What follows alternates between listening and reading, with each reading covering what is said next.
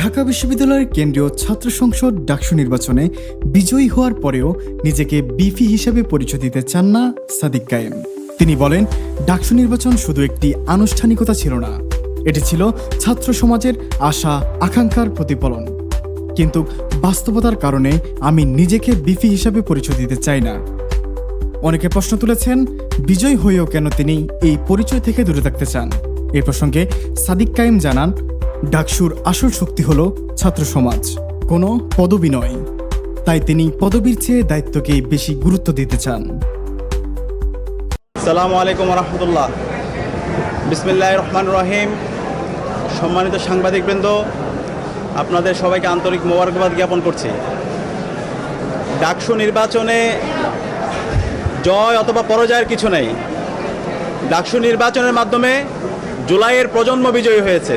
ডাকসু নির্বাচনের মাধ্যমে ঢাকা বিশ্ববিদ্যালয়ের শিক্ষার্থীরা বিজয়ী হয়েছে এবং ডাকসু নির্বাচনের মাধ্যমে জুলাইয়ের আকাঙ্ক্ষা বিজয়ী হয়েছে, শহীদদের আকাঙ্ক্ষা বিজয়ী হয়েছে।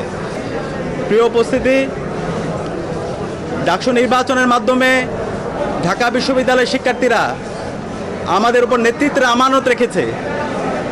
আমরা দৃঢ়কণ্ঠে বলতে চাই, ডাকসু নির্বাচনে ঢাকা বিশ্ববিদ্যালয়ের শিক্ষার্থীরা সাদিক কায়েম, এস এম ফরহাদ, মহিউদ্দিন খান সহ ঐক্যবদ্ধ শিক্ষার্থী জোটের আমাদের প্যানেলের উপর যে আমানত রেখেছে, আমরা সেই আমানতের যথাযথ হক আদায় করব ইনশাআল্লাহ।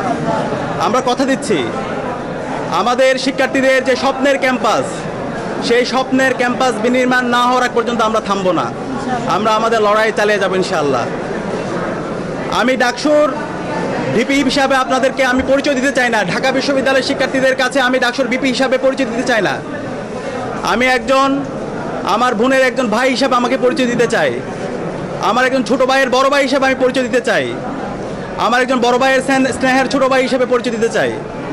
আমার বন্ধুর একজন বন্ধু হিসেবে পরিচয় দিতে চাই। আমার শিক্ষকের একজন ছাত্র হিসাবে আমি আমাকে পরিচয় দিতে চাই।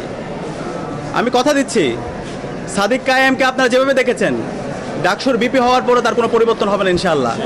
শিক্ষার্থীদের যে কোনো সমস্যা, ব্যক্তিগত সমস্যা, পারিবারিক সমস্যা, ক্যাম্পাসের বাইরে যে কোনো সমস্যায় তার পরিবার যেভাবে পাশে থাকে, আমরা ইনশাআল্লাহ কথা দিচ্ছি ঢাকা বিশ্ববিদ্যালয়ের প্রতি শিক্ষার্থীর পাশে আমরা আমাদের সবটুকু দিয়ে পাশে থাকবো ইনশাআল্লাহ। সুপ্রিয় দর্শক শ্রোতাবৃন্দ, আপনারা দেখতে পাচ্ছেন ডেইলি নিউজ 20। প্রতিদিনের আপডেট নিউজগুলো পেতে এখনই আমাদের চ্যানেলটিকে সাবস্ক্রাইব করুন। ফেসবুক থেকে আমাদের আপডেটগুলো পেতে এখনই ফলো করুন ডেইলি নিউজ 20 পেজটিকে।